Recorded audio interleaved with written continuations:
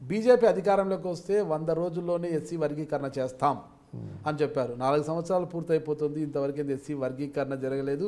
మందకృష్ణ మాదిగ గారు గోలగోలు చేస్తున్నారు.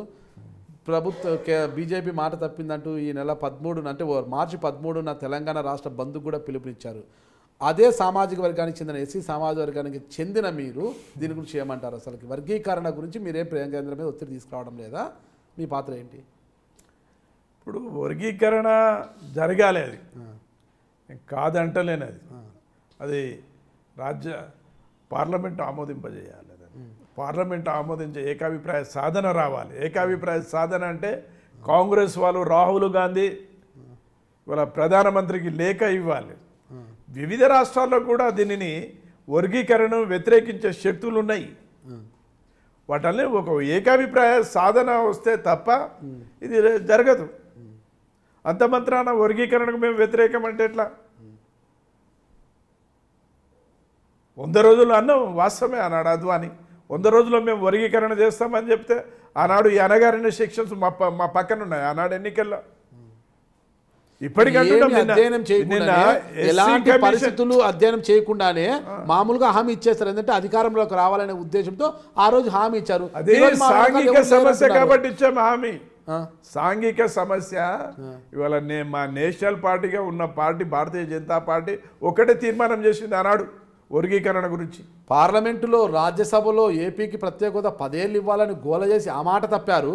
ప్రత్యేక హోదా కాదు ప్యాకేజ్ ఇస్తామని, ఎస్సీ వర్గీకరణ చేస్తాం 100 రోజులు అన్నారు. ఈ రోజు మాట తిప్పుతున్నారు. వర్గీకరణకు భారతీయ జనతా పార్టీ కట్టుబడి ఉంది. మరి ఎక్కడ కట్టుబడి ఉంటే ఎక్కడ చేశారు? ఏది నేను చెప్తున్నా కదా, వివిధ రాష్ట్రాల్లో కూడా కొంతమంది దీనిని వ్యతిరేకిస్తున్నారు, అడుగుతున్నారు కదా. ఇప్పుడు వచ్చే ఈ బడ్జెట్ సమావేశాలలోనే పార్లమెంట్ అందు గురించి రాహుల్ గాంధీని ఒక లేఖ ఇవ్వమని చెప్తున్నాం. ఒక డెలిగేషన్ పొమ్మని ముఖ్యమంత్రి గారిని ఆల్ పార్టీని తీసుకొని ఇది అవసరం మా రాష్ట్రానికి. మేము వర్గీకరణ చేయాలన్నది మేము అసలు ఏ పొలిటికల్ పార్టీ ముందుకు వచ్చింది అన్నాడు తీర్మానం చేసిన ఒక్కొక్క రాష్ట్రంలో ఒక్కొక్క కులానికి ఒక్కొక్క విధమైన రిజర్వేషన్లు ఉన్నాయి. ఇక్కడ తెలుగు రాష్ట్రాల్లో తీసుకుంటే కాపులు తెలుగు రాష్ట్రం ఆంధ్రప్రదేశ్లో ఓసీలలో ఉంటే ఇక్కడ బీసీలలో ఉంటున్నారు. అలాంటప్పుడు ఎస్సీ వర్గీకరణ కోరుతోంది మాత్రం ఇక్కడ తెలుగు రాష్ట్రాల్లో మాత్రం, ఇతర రాష్ట్రాల్లో కాదు. తెలుగు రాష్ట్రాలకు అడిగినప్పుడు వర్గీకరణ విషయంలో కేంద్రం ఎందుకు జోక్యం చేసుకోలేకపోతుంది? అదే వివిధ రాజకీయ పార్టీలు ఏవైతే ఉన్నాయో పార్లమెంటు షెడ్యూల్డ్ కులాల పార్లమెంటు సభ్యులు వాళ్ళు కొంత వ్యతిరేకత చెబుతారు. టైం పడుతుంది. మీరేమంటారు దీని గురించి?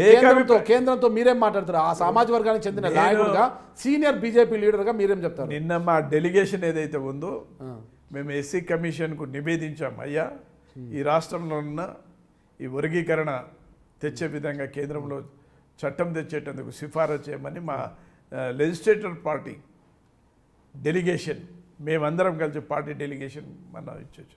మాకు అంకిత భావం ఉన్నది.